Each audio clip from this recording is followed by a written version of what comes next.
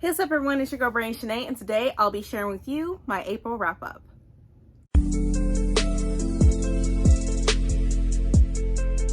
And I am back, and also if you're new to my channel, welcome. If not, welcome back.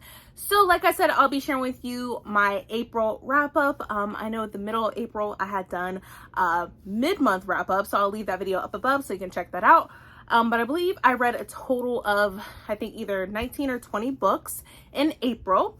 So let's go ahead and get started with this first book that I want to share with you all for my April wrap-up. So for this first book that we talk about is from Princess's book club that she had picked, royally booked, and that is going to be The Betrayals by Bridget Collins. Now for this book, I gave it a 4 out of 5 stars. This book was phenomenal. This is the first book that I read by Bridget Collins, and it had me so frustrated in a good way. I was so confused. I didn't know what was going on. You had to keep reading, and certain things were going to come to you. It wasn't going to give it to you just right off the bat. You had to really think critically and logically about what was happening in the story, which I loved that part about that book. I just love that aspect of it.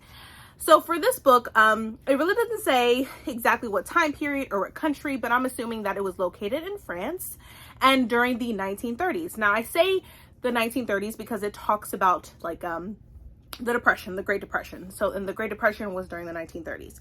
So that's what I'm assuming. It's taking place at a school, and they are preparing themselves for the Grand Jour. It's like a game, in a sense.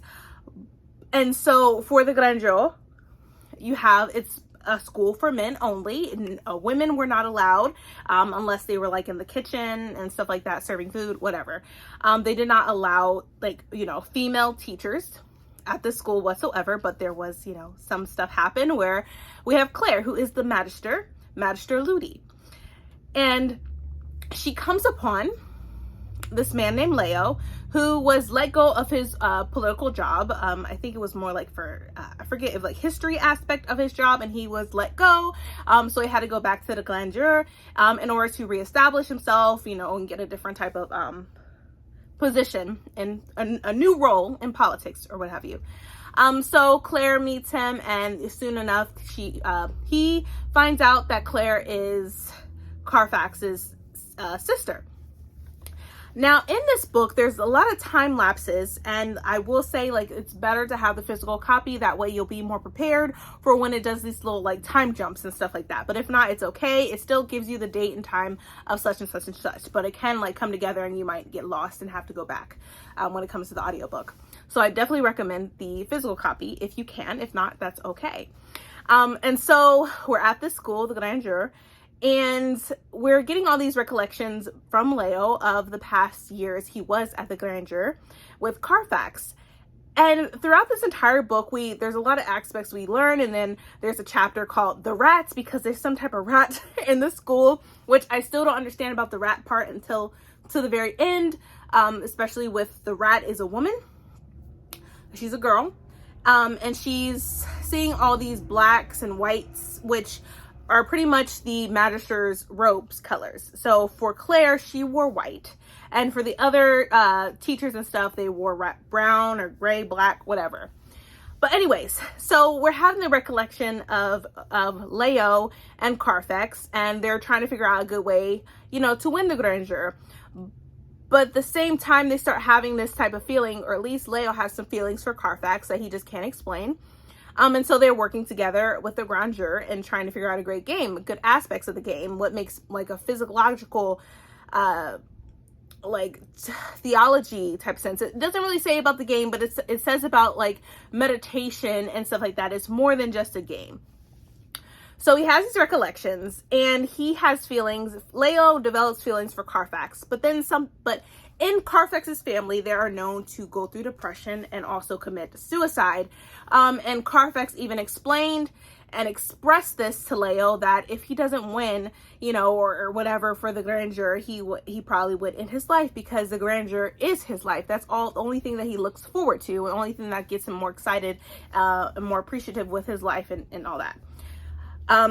So Leo had done something to Carfax where Carfax didn't win the Grand Jour. Leo did with his game. And come to find out, we're starting to learn more information about Claire, the connection with Carfax and stuff like that. Now, mind you, this is a boys' school or a men's school. Only men are supposed to go to this school. And I'm not going to give any spoilers because I really think you should read it to find out what happens. But anyways, we start to see certain aspects because Leo, in the present time, he's starting to observe Claire and how she looks so much like Carfax. But then again, he's like, well, that is Carfax's sister. It makes sense, yada, yada, yada. And things start to add up. So not only did Leo have feelings for Carfax, but then as Leo went back to the grand juror, he started to have, he started to become more attracted to, or he was starting to like really like Claire, like her, to the point of having some type of relationship or whatever. And a lot of things were brought about in this book that were amazing. It was mysterious. It was dark. A lot of a lot of like political intrigue in this book, which I really loved. But overall, like I said, it was a 4 out of 5 stars. I don't want to get into it because I do not want to spoil you guys, because you have to read it. Like you have to read it. But I do plan on reading The Binding by Bridget Collins after reading The Betrayals. It was so good. So I definitely will be continuing on reading books by Bridget Collins. But this is one book that I read in April, and I gave it a 4 out of 5 stars. Now, these next 2 books I have read, these are picture books, and these are my kids' books, and they read them to me and I read them to them. So the first one is Sing Aretha Sing. This is by Hanif Abdurrahman and illustrated by Ashley Evans. My daughter loved this more than my son, of course, and she loves singing, and she was able to learn more about Aretha. She already knows about R-E-S-P-E-C-T, Respect song, and now she has a gist of more information about Aretha. She was just more than just a singer, you know? She uplifted a lot of things, especially being a Black woman in America. She had done a fantastic job with her singing abilities, but with more than just that alone. My daughter appreciated this book so much. She loved it. This was a gift from her for Easter. And so, yeah, this is just amazing. I even fell in love with this book. And so I asked my daughter, like, what would she rate this book? And she gave it a 5 out of 5 stars. And I agreed with her. It was a great, fantastic book.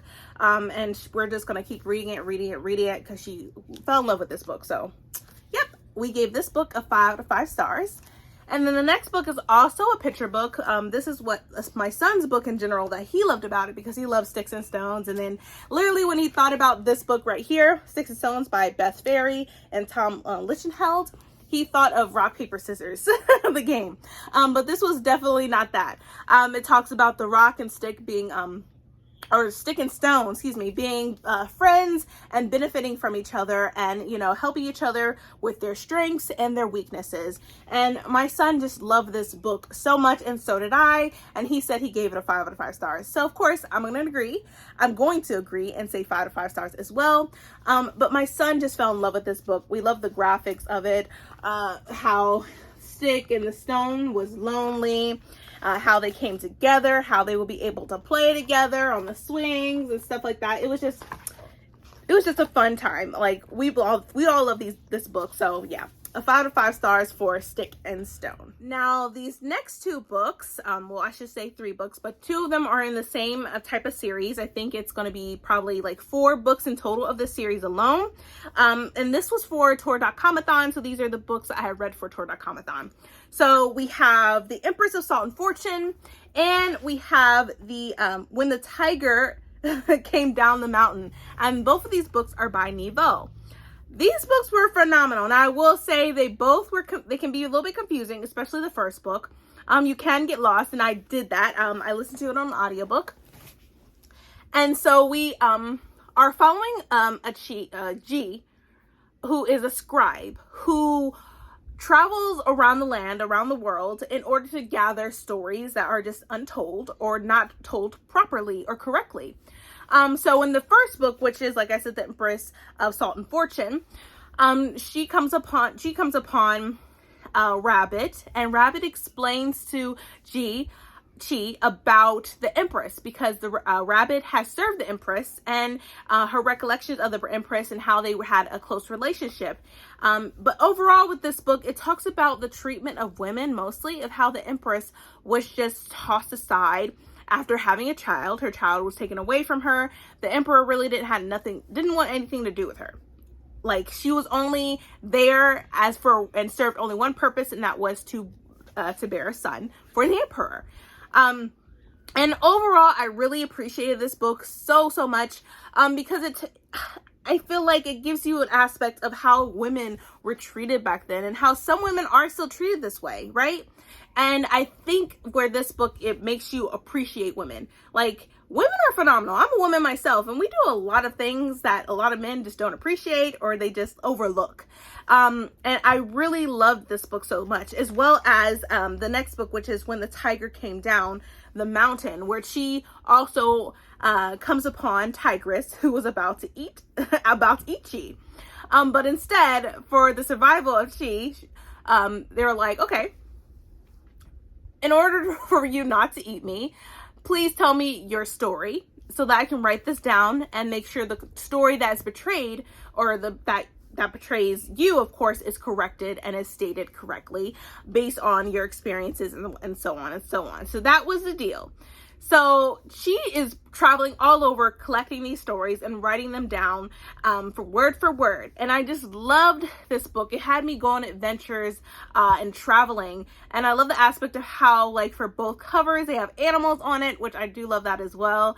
And it was just a good time. So for the Empress of Salt and Fortune, I gave it a 4 out of 5 stars. And then for, excuse me, it's a long title. For When the Tiger Came Down the Mountain, I also gave it a 4 out of 5 stars as well. It was brilliant. I love both of these books. And I do know that the third book is going to be coming out, I think, in November or December. So I definitely want to read the third installment of this series. So I'm excited for it. Nevo is a great author, and I appreciate the writing. It's just beautiful. Loved it. So yeah. Those are the 2 books that I read for Tour.comathon.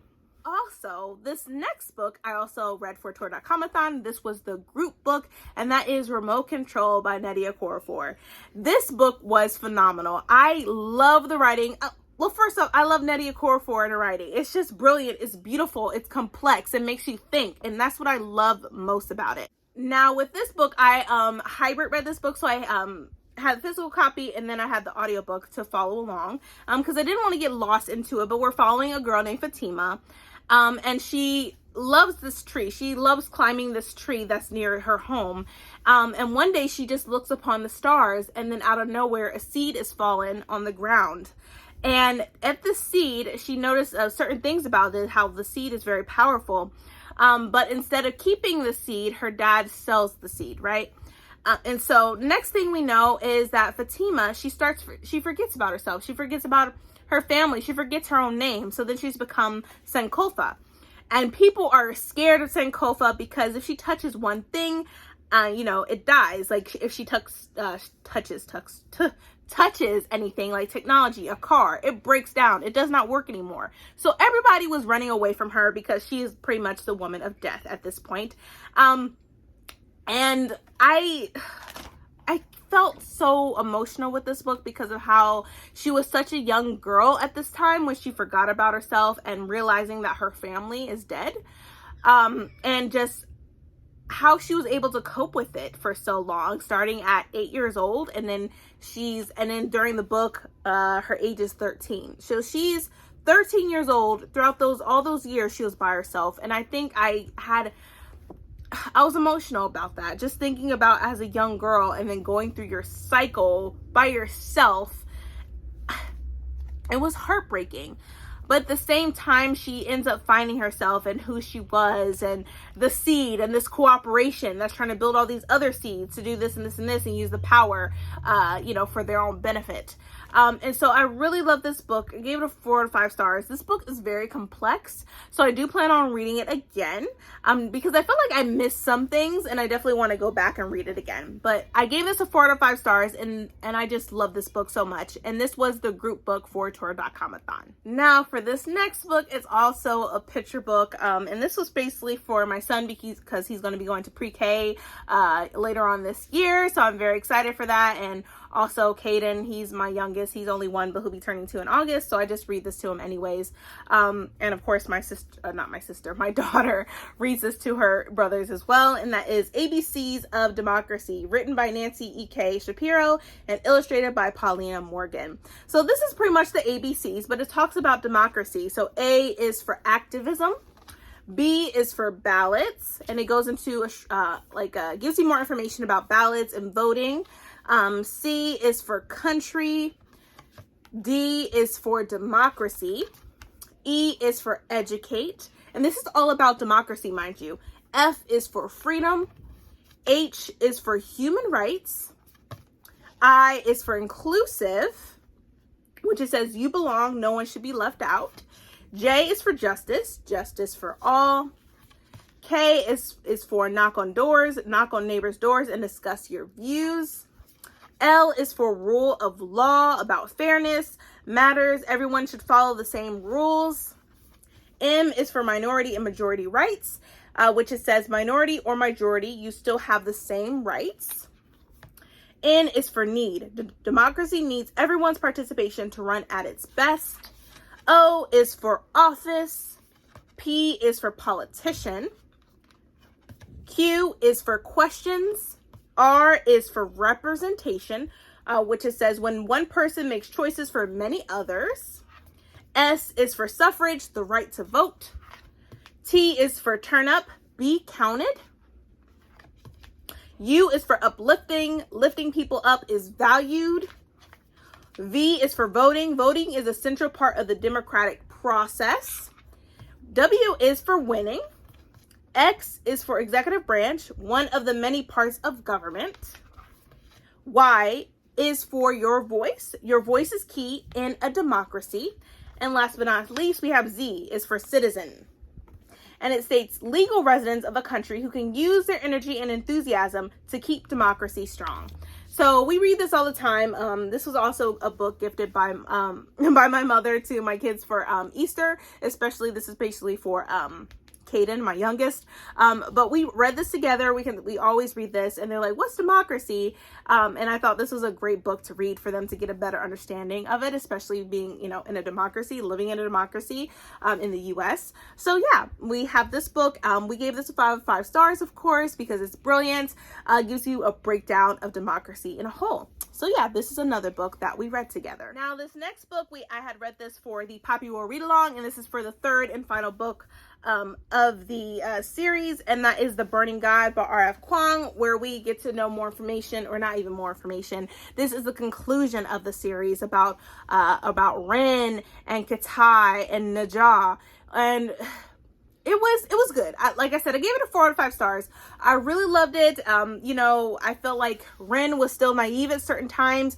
There was a lot of growth throughout this series.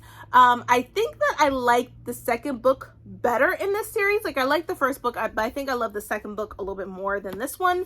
And I enjoyed reading this series. And now I know why everybody's raving about it. Like, it's brilliant. This is also an adult book, if you didn't know. So it's not YA. But I love this book. I think to the conclusion of this book, it makes sense. But I do feel that for the main character, Ren, I'm thinking that she probably would have died off sooner. Oops, spoiler.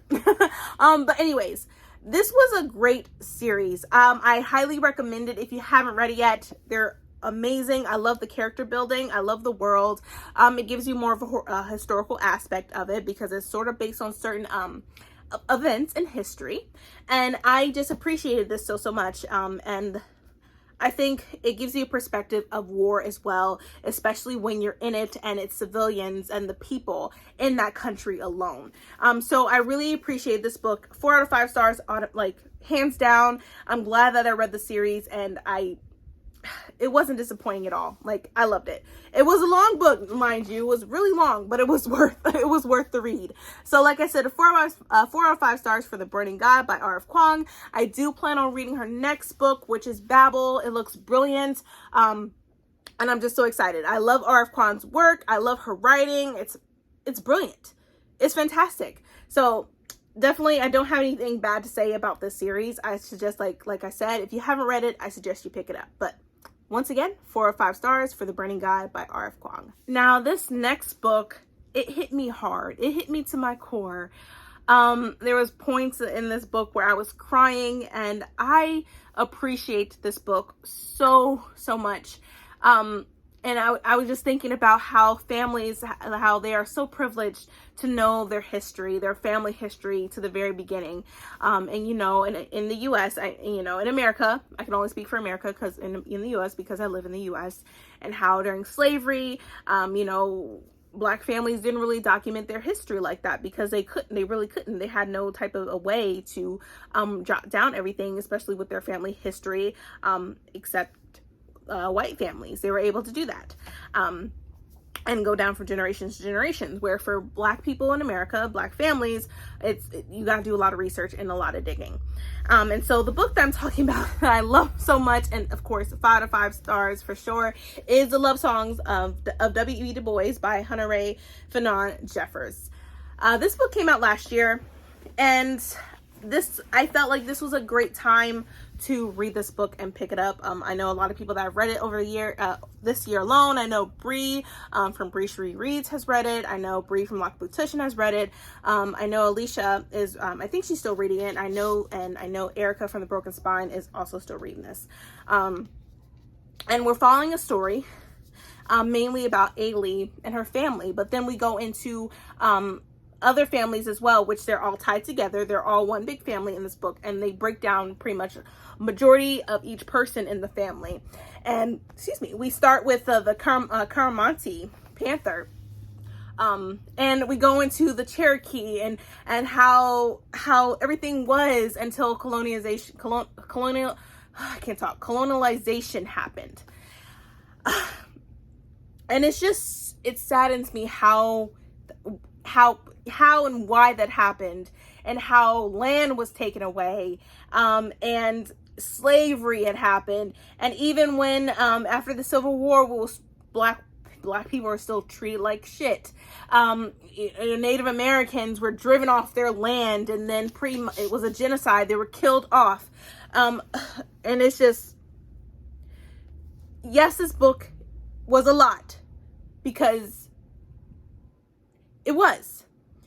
But at the same time, like, this book is not really, like, as far as slavery and stuff goes, I'm sorry, like, I know this book and this story will stay with me forever. And the fact that how much of emotional it has, how it touches my soul, my heart, my feelings about this, it says a lot. By itself, without me even explaining so much about this book, because not a lot of books do that to me.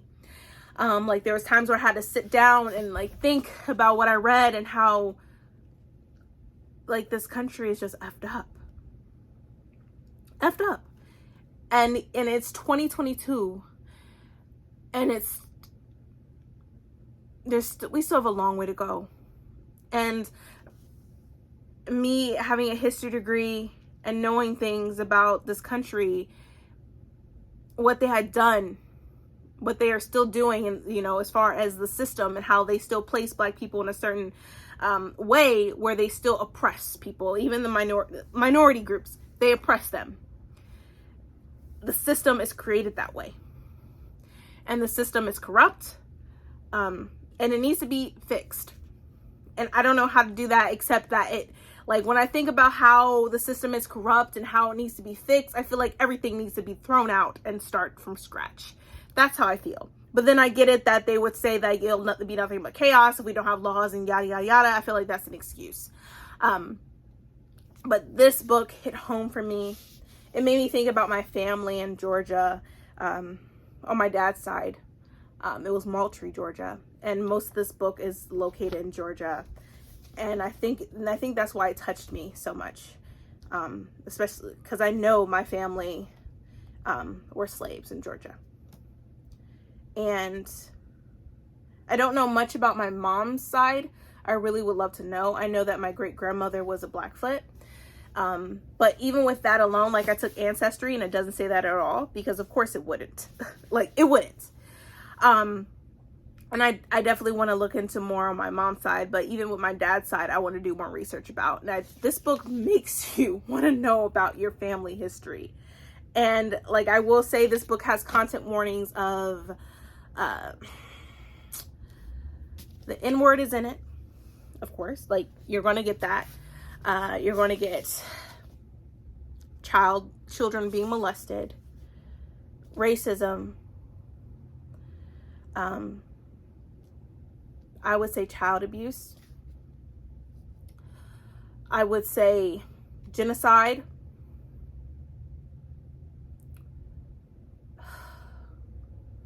this book, there's so many content warnings in this book, and I didn't have a problem with it because it's, even though this book is fictitious, like it's fiction, it still has the aspects of what happened back then in the past.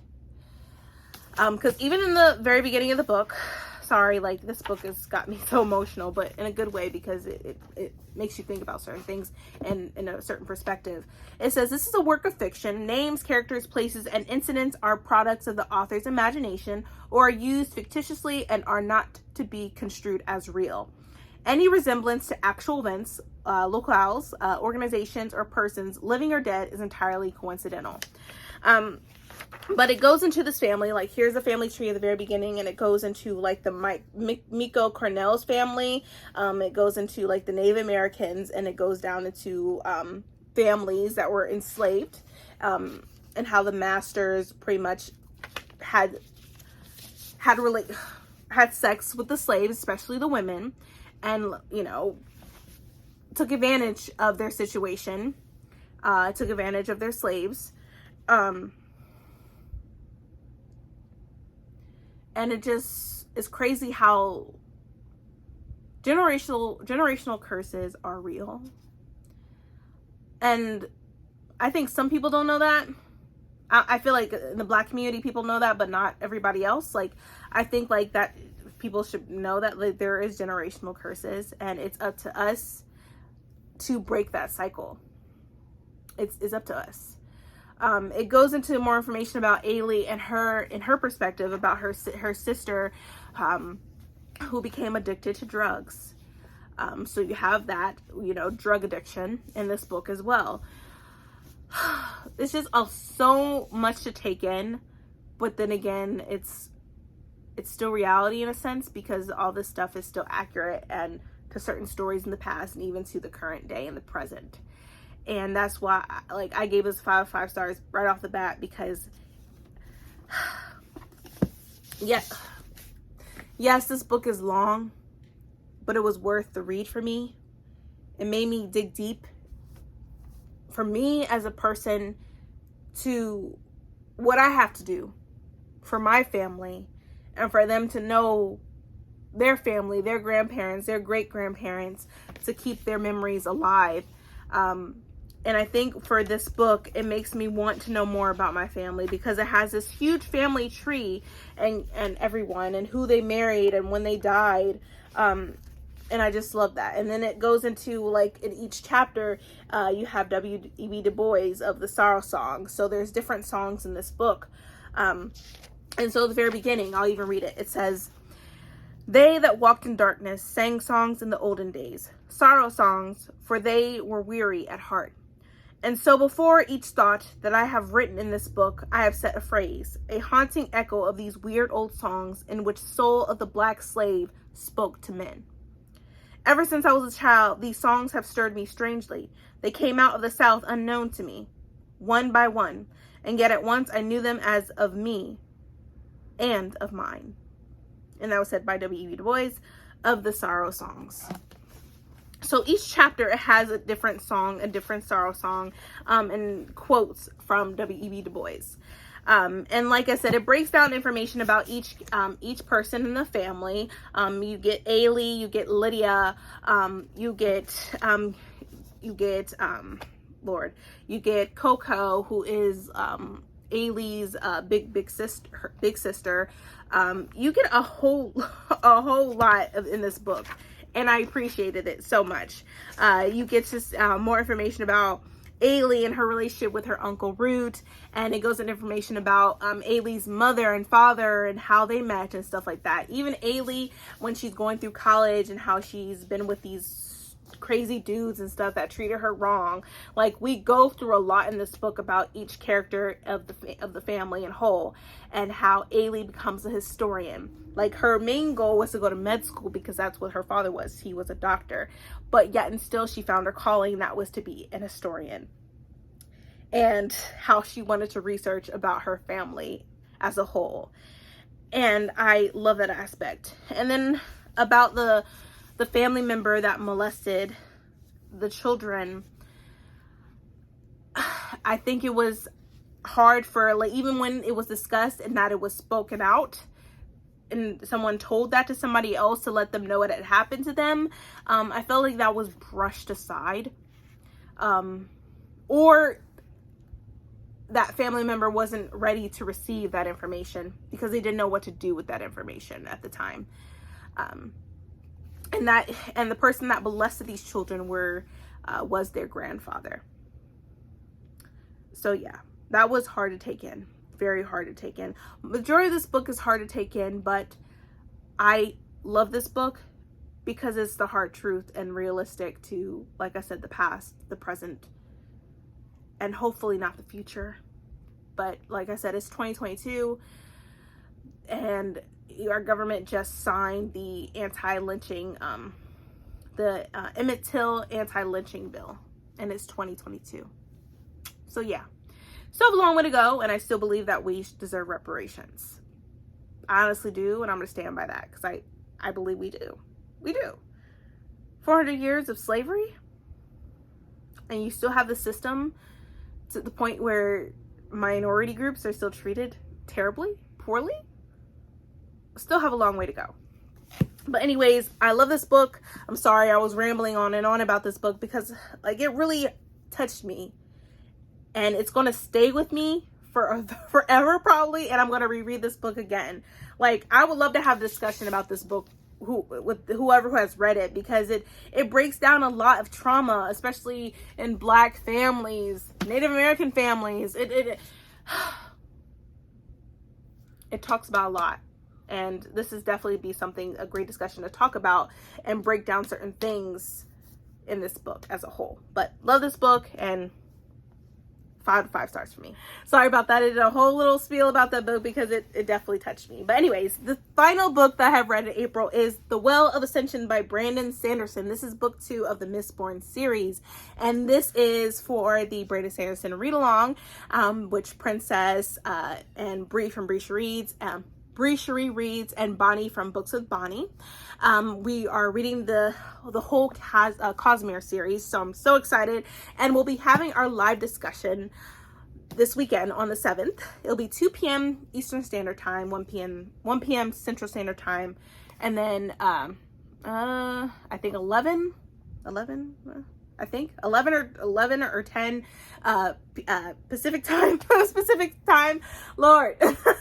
I'm trying to get all time zones, but I got majority of it, right? And we'll be having this live discussion on my channel. So if you've been reading these books with us, or if you are interested, or if you want to know more about these books, you should definitely, tune in to our live show. But this is the second book, and oh my God, this book had me on a roller coaster, and I loved it so much. About Vin, Elend, Sazed, Zane, Tinwell, 5 to 5 stars. The magic, like the whole, like the mist coming out of the deepness, the Well of Ascension. We're trying to figure out who is this hero of ages. And then of course, like, I love the little love aspect between Elend and Vin, because I feel like some women, not all women, but they feel we have insecurities. I know I do. I'm married, but I still have insecurities. Sometimes I feel like I'm not, I could look better, or, my body could be looking differently and stuff. My figure could be different, but then come again, I had 3 children. So it's, it is what it is. But as far as Ellen and Vin goes, like, I get it, how Vin felt that certain way about Ellen, how she probably wasn't the best for him, knowing that she is, Mistborn, he's just a noble, they didn't really have a lot of things in common. So I get her insecurities about it. I like the new, like, I thought I liked this new character Zane, but he was a trip. And Straff and everything. Like, I love this. I have nothing to complain. As you can see, I tabbed it up because, like, in the beginning, so much was happening, and then of course I chilled out a little bit because the information was spaced out. So you get a lot of information at the beginning of the book, but then it slows down a little towards the end. And the ending was crazy. Like, I'm like I marked, like, I wrote in my book. You know, I know some people don't like it, but I wrote in my book and, like, left notes and highlighted, like, Vin, like, about Vin and Ellen. Like, I did that in my book. Because I plan on keeping these books forever and rereading this again. Like, yeah, I wrote in it and highlighted it. But I cannot wait for the live show. It's going to be awesome. But yeah, I gave it a 5 stars of The Well of Ascension by Brandon Sanderson. It was such a great read. I cannot wait to read the next book, which is The Hero of Ages. So it's going to be a fun time. Like I said, our live show is going to be this Saturday, the 7th, and it's going to be 2 p.m. Eastern Standard Time. So definitely tune in for that if you want to be a part of this great discussion, because there's so much to take in with this book and so much to talk about, because a lot of stuff happened and we get to realize certain things and more information about the deepness, the Hero of Ages, the sounds that Vin is hearing, about Ellen and Tinwell, Sazed, even Marsh. So yeah, it's gonna be a fun time, but I love this book and I gave it a 5 out of 5 stars. So yeah, cannot wait to talk about this book. But that is it. That is my April wrap up. It was a crazy month, but it just went by so quickly. And now we're heading into May, so that's amazing. And it makes me realize about a bunch of books that I need to read in May. But thank you so much for watching this video. If you enjoyed this video, please, please, please give me a thumbs up. Also, hit that subscribe button and that bell to be notified when I upload more videos in the future. But thank you so much for watching, you guys, and stay healthy and stay safe. See ya.